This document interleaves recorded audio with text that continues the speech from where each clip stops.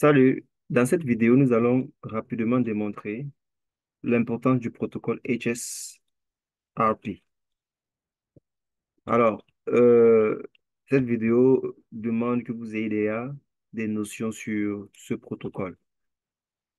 HSRP déjà signifie Hot Standby Routing Protocol et on l'utilise dans une infrastructure réseau pour implémenter une haute disponibilité des passerelles par défaut. Donc, voyez-vous, la passerelle par défaut qui permet peut-être d'accéder sur Internet, comme exemple, Internet, euh, peut tomber en panne, comme tout autre équipement du réseau. Donc, si on a juste une seule passerelle et que la passerelle tombe en panne, ou bien la liaison vers la passerelle tombe en panne, ou bien la liaison vers le ISP, ou le fournisseur d'accès Internet tombe en panne, alors les utilisateurs du réseau ne pourront pas accéder sur Internet. Donc, il est important pour les entreprises, pour lesquels Internet est important, d'implémenter une haute disponibilité de la passerelle par défaut. Cela nécessite au minimum deux routeurs et la configuration du protocole, entre autres HSRP, parce qu'il y en a d'autres protocoles comme VRRP, il y a GLBP, OK? Alors, ici, j'ai déjà configuré le protocole HSRP. Donc, on peut voir ici là, que le routeur vers ISP1, il a l'adresse IP dans le LAN 1.1, dans 192.168.1. Le routeur vers le ISP2, il a l'adresse IP 192.168.1.2. Et il est d'ailleurs notre primaire du protocole HSRP. Le groupe HSRP, lui, en question, lui, on lui a donné 1.3. Et voilà notre Internet. Derrière, il y a Google. Donc, 8. On a configuré l'adresse IP 8.8.8.8 comme pour représenter Google. Alors, ce que je veux faire, bon, comme je le disais tantôt, ce routeur-ci, il est primaire du protocole HSRP, du groupe HSRP. Donc, c'est par ce routeur que les paquets passeront pour accéder sur Internet. Alors, si j'ouvre ce PC et je ping Internet, ici qui représente 8, je ping Internet 8.8.8.8, on peut voir ici là que ça passe. OK? Si je fais un trace route, pour voir par quel routeur du LAN est-ce que ça passe. Traceroute 8.8.8.8. Donc, on peut voir que ça passe par 1.2. Par 1.2. OK? Alors, ce que je vais faire maintenant, je vais envoyer un ping continu de ce PC vers Internet et je vais couper 1.2. Je vais couper la ligne 1.2 pour voir si le client va continuer à contacter Internet, bien que le routeur par lequel il est passé précédemment ne sera plus accessible dans le réseau.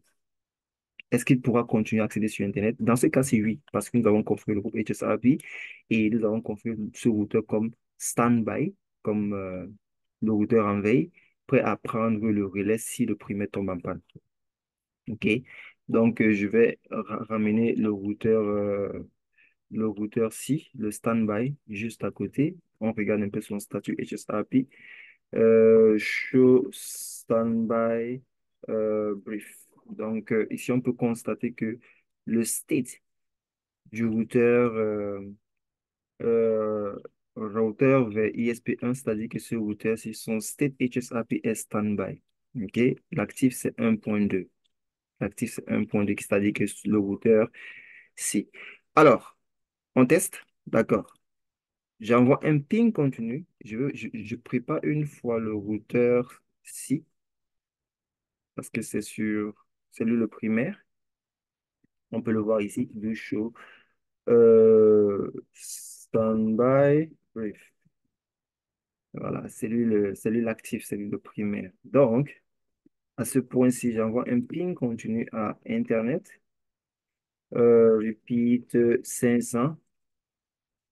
Voilà, le ping est en train de continuer. Je viens sur le primaire, je vais sur l'interface du LAN et je shut down l'interface.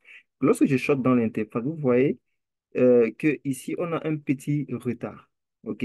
Mais après ce retard, il reprend le flambeau. Vous voyez un peu? Le client n'a pas cessé du moins, il a cessé quelques secondes à accéder sur Internet, juste quelques secondes, le temps pour le routeur qui était stand-by de devenir actif. OK? Donc, on peut voir qu'il est devenu actif ici, là.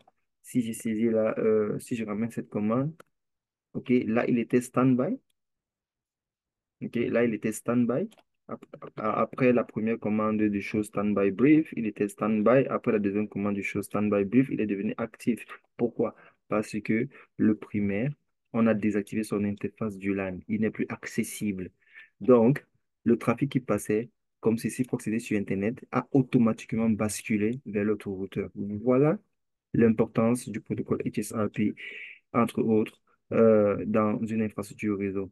Alors, je vais refaire un trace route. Si vous vous rappelez, le premier trace route que j'avais fait avec 8 avait mentionné que ça passait par 1.2. Cette fois-ci, vous allez voir que ça va passer par 1.1.